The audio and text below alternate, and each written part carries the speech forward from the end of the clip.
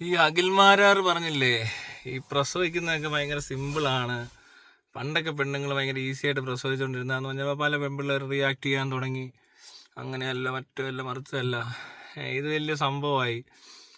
അവനറിയത്തില്ല ഇതിന് ഈ സയൻറ്റിഫിക്കായിട്ട് എന്ത് പുരോഗമനം ഉണ്ടായപ്പോഴാണ് പ്രസവം ഈസി ആയതെന്ന് അവനറിയത്തില്ല.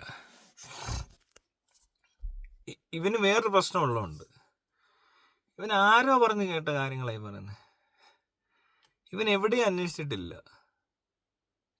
ഇതിപ്പോ ഒരു ഒരു ഒരു 100-110 വയസ്സുള്ള ഒരു സ്ത്രീയാണ് പറയുന്നതെങ്കിൽ എന്നാൽ പോലും അവരുടെ ഒരു അറിവില്ലായ്മ കൊണ്ടാണെന്ന് നമുക്ക് വിചാരിക്കേണ്ട കാര്യമുണ്ട്. കാരണം അന്ന് അവർ കണ്ടേക്കുന്നത് ചിലപ്പോൾ അങ്ങനെയൊക്കെ ഉള്ളതായിരിക്കും. അല്ലാത്തൊരു മരിച്ചൊക്കെ പോയെന്നായിരിക്കും അവർ പറയാൻ പോകുന്നത്. ഒന്ന് പ്രസവിച്ച് 10 പ്രസവിക്കുന്ന പെണ്ണുങ്ങളൊക്കെ ഉണ്ട്. അന്ന് അവർ 10-30 വയസ്സായിട്ട് മരിച്ചുപോയി. പിന്നെ കൂടാതെ ഒത്തിരി പിള്ളേർ മരിക്കും. പക്ഷെ ഇവനാണ് കണ്ട പോലെ പറയുന്നത്. ഇതിനകത്തൊരു സ്ത്രീ വിരുദ്ധതയോ അല്ല ഇവിടെ നടന്നേക്കുന്നത്. ഇതൊരു ശാസ്ത്രവിരുദ്ധത എന്ന് വേണമെങ്കിൽ പറയാം. ഈ കാര്യങ്ങളെക്കുറിച്ചുള്ള അറിവില്ലായ്മ, വിവരമില്ലായ്മ, പിന്നെ മണ്ടത്തരം പറയാനുള്ള മടിയില്ലായ്മ. ഇവൻ ഒരു പ്രാവശ്യം വേറെ ഇന്റർവ്യൂ പറയുവാണേ, ഇവന്റെ അപ്പം പറഞ്ഞത്ര നീ ഒരു തന്തയില്ലാത്തവനാണെന്ന്. നീ പലതന്തയ്ക്കുണ്ടായവനാന്ന്. അവനിങ്ങനെ പറയുന്നത്, നീ പലതന്തയ്ക്കുണ്ടായവനാന്ന് പറഞ്ഞത്. ഉണ്ണാ ഞാൻ പറഞ്ഞെന്ന്, അതെ ഞാൻ പലതന്തയ്ക്കുണ്ടായവനാന്ന് പറഞ്ഞു. ഇവൻ ഭയങ്കര കൂളായിട്ട് ചിരിച്ചുകൊണ്ടങ്ങ് പോയെന്ന്. ഇത് കേട്ടപ്പോൾ പെൺപിള്ളേർക്കൊന്നും മനസ്സിലായില്ല ഇതെന്തോന്ന്. ഇവർക്ക് ഡയറക്റ്റ് പറയണം. ഇങ്ങനെ ഇപ്പം പറഞ്ഞ പോലെ പറഞ്ഞാലേ പലർക്കും പിടികിട്ടുള്ളൂ. ഇതിനു മുമ്പ് ഇവൻ പല സാധനങ്ങൾ ഇങ്ങനെ പറയുന്നതിനകത്ത് ഈ കുഴപ്പമുണ്ട്. കാരണം ആദ്യം ഇവൻ്റെ തന്തയുണ്ടല്ലോ, അയാളുടെ ഭാര്യ അവമാനിച്ചു. കാരണം അയാളുടെ ഭാര്യ ഉണ്ടാക്കിയേക്കുന്നത് തേണ്ടി ഇതുപോലെ പല തന്ത ആരാണ്ടൊക്കെ കൂടിയല്ലേ. ഈ പല തന്ത എന്ന് പറയുമ്പോൾ എങ്ങനെ ഉണ്ടാകുന്ന അയാൾ ആ ഒരു ഇൻസൾട്ട് അവിടെ ചെയ്തു. മകൻ അതങ്ങ് അക്സെപ്റ്റ് ചെയ്തു. അതെ ചിലപ്പോൾ ഞാൻ അങ്ങനെ ആയിരിക്കും. അതാണ് അഖിൽമാരാർ. അവനെ അവിടെ നിർത്തി ജയിപ്പിക്കാനായിട്ട് BJP കുറച്ച് കാശൊക്കെ മുടക്കി. ഇങ്ങനെയുള്ളവരെയൊക്കെ എന്തിനാ പാർട്ടിയിലെടുത്തത്? എന്താ കൊള്ളാവുന്ന ആൾക്കാരല്ലേ? ആനുമാനണിയൊക്കെ തിരുവല്ല നല്ല നീറ്റ് ആൻഡ് ക്ലീൻ. അങ്ങനെയുള്ള കാൻഡിഡേറ്റ്സ് കൊണ്ടുവന്ന് ഞാൻ ഈ പ്രാവശ്യം ഉള്ള കാര്യം പറയാമല്ലോ, ആ മത്സരത്തിനിടെ പറഞ്ഞില്ലെന്നേ ഉള്ളൂ. എനിക്ക് ആ മനുഷ്യനോട്, അതായത് അങ്ങനെ ഒരു കാൻഡിഡേറ്റ് വരുത്തിയതിനകത്തോട് നല്ലൊരു കാര്യമാണ്. കാരണം ചെറുപ്പക്കാരൊക്കെ ഇൻട്രൊഡ്യൂസ് ചെയ്യുന്നു, വളരെ നല്ല കാര്യമാണ്. അതിനൊക്കെ സപ്പോർട്ട് ചെയ്യും.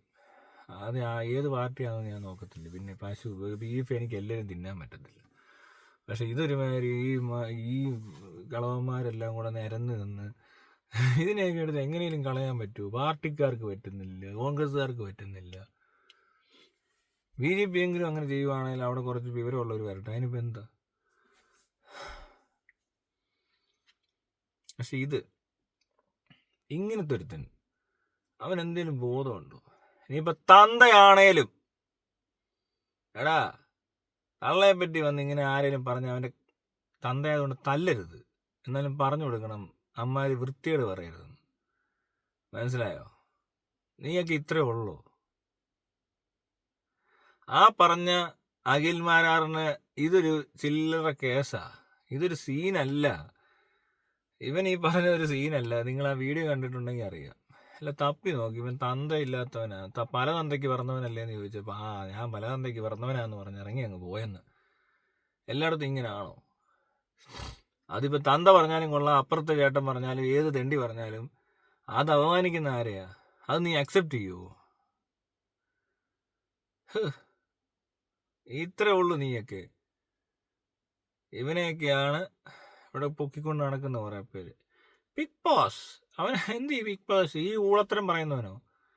ഇവൻ എവിടത്തെ എന്ത് കാണിച്ചാലും ആ ഷോയുടെ നിലവാരം എന്തുവാന്നാ മനസ്സിലാക്കുന്നത്. അല്ലാതെ ഇവന്റെ നിലവാരം കൂടുകയല്ല.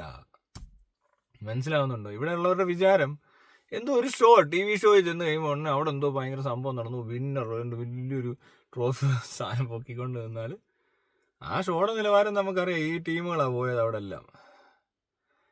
കൊള്ളാവുന്നമാരൊന്നും ഒരു ഫസ്റ്റ് സീസൺ കഴിഞ്ഞിട്ട് ഒരുത്തനെ പോലും ഞാൻ കണ്ടിട്ടില്ല അവിടെ. എല്ലാം ചുമ്മാ തീട്ട കേസ്. ഈ നാട്ടിലെ സകല തീട്ടോ അതിനകത്തുണ്ട്. ഒരു സെപ്റ്റി ടാങ്ക് അതിനകത്ത് ശരിയാ, മുന്തിയനം പുഴു, അങ്ങനെ പറയണോ അതുകൊണ്ടാണ് പറയണമെന്നില്ല, ഒരു വലിയ സാധനം ഉണ്ടാകും. അതിനെ നമ്മൾ അങ്ങനെ കൺസിഡർ ചെയ്തേക്കുന്നത്.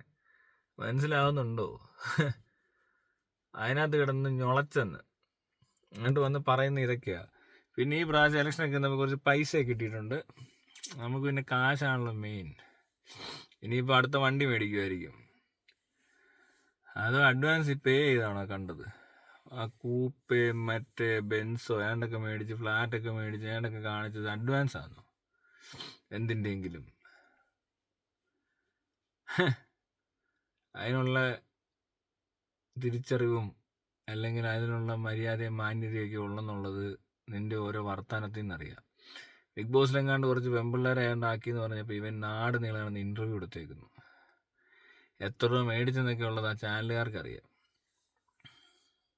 അതാണ് പ്രതിബദ്ധത. ഞാൻ പറഞ്ഞില്ല എന്തുകൊണ്ടാണ് ഇവൻ ഡീൽ ചെയ്യുന്നത് ശരിയല്ലെന്ന് ഞാൻ പറഞ്ഞത്. അങ്ങനെ ഒരു കേസായിട്ട് എൻ്റെ അടുത്ത് വന്ന ആ പിള്ളേർ ആദ്യം കേസ് കൊടുക്കാൻ അവരെ ഞാൻ മാക്സിമം കൗൺസിൽ ചെയ്യും. ഞാൻ മാത്രമായിരിക്കത്തില്ല, അഡ്വക്കേറ്റും കൗൺസിലറും തെറാപ്പിസ്റ്റും സൈക്യാട്രിസ്റ്റും വരെ ഇടപെടും. എന്നിട്ട് അവരെ നമ്മൾ ആ നിലവാരത്തിലേക്ക് ഉയർത്തി അവർക്ക് വേണ്ട സപ്പോർട്ട് ചെയ്ത് കൊടുത്ത് കേസാക്കും. കേസാക്കുക എന്ന് പറഞ്ഞാൽ നിന്നെ ഈ പറയുന്ന പോലെ അവനെ പിടിച്ച് അകത്തിടണം, അല്ല അവനെ കേസിൽ അവൻ തീരും. അല്ലാതെ ഇങ്ങനെ നാട് നീളെ കാശും മേടിച്ച് ഇൻ്റർവ്യൂ ചെയ്ത് നടക്കുന്ന പരിപാടി അല്ലത്. ഈ ചാനലുകാരൊക്കെ എത്ര എണ്ണമാണ് ഇൻ്റർവ്യൂ എടുത്ത് നോക്ക്. നിന്നെ എന്തുവാ മനസ്സിലായില്ലേ ആർക്കും? എല്ലാവർക്കും ഇവിടെയൊക്കെ ചെന്ന് ഇങ്ങനെയൊക്കെ കാണിച്ച് കഴിയുമ്പോൾ എല്ലാവരും അറിയും ഇത്ര പ്ലസ് GST ആണ് എൻ്റെ. എന്നാൽ സബ്ജക്റ്റ് എന്താ സംസാരിക്കുന്നത്? നിങ്ങൾ നോക്കാം അവൻ എന്തോ സംസാരിച്ചത്. ഏത് പിള്ളേർ അങ്ങനെ പിന്നെ കാണാനുമില്ല. അതെന്താ പരിപാടി? ചുമ്മാ അടിച്ചു വിട്ടാണെങ്കിൽ പോലും ആ വിഷയം അങ്ങനെ ചെയ്യേണ്ടതാണ് എന്നാണ് അവർ കാണിച്ചതെങ്കിൽ അതെന്തോരം വൃത്തികേടായിപ്പോയി അത് ചെയ്തത്. ചുമ്മാ ഇങ്ങനെ വിഷയം ഇല്ലെന്നങ്ങ് വിചാരിക്കുക. പക്ഷെ എന്നാൽ പോലും ഇതുപോലെ സോഷ്യൽ മീഡിയയിലും അവിടെ ഇവിടെയൊക്കെ ഇൻ്റർവ്യൂ എടുത്ത് നടന്നിട്ട് ഒരുത്തനങ്ങ് പോയി. ആ മറ്റേ പിള്ളേരിവിടെ അവർക്ക് എന്ത് നീതി മേടിച്ചു കൊടുത്തത്? എന്ത് നീതി അവർക്ക് കിട്ടിയത്? പീഡിപ്പിച്ചവരെ അറിയത്തില്ല, എവിടെ കൊണ്ടുപോയി എന്ത് ചെയ്തെന്നൊന്നും അറിയണ്ട. ചുമ്മാ അങ്ങ് പറഞ്ഞു കിടക്കുക കുറച്ച് പേര്. അത് റിയൽ ആയിരിക്കത്തില്ല, അല്ലെങ്കിൽ റിയൽ ആണേലും അതിന് റിയാലിറ്റി ഇല്ല. മനസ്സിലായോ? ആണെങ്കിൽ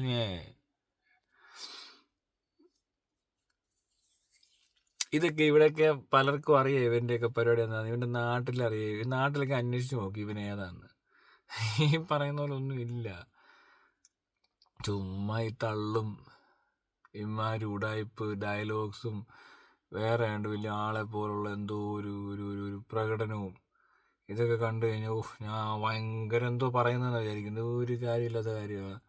ഇവൻ്റെയൊക്കെ എല്ലാ വീഡിയോ എടുത്ത് ഞാൻ പണ്ട് ആദ്യം തന്നെ വന്നിറങ്ങിയപ്പോഴേ ഞാൻ പറഞ്ഞതാണ് ഈ സാധനമൊക്കെ വെറും പടമാണ്, വിശ്വസിക്കാനൊന്നും കൊള്ളത്തില്ല.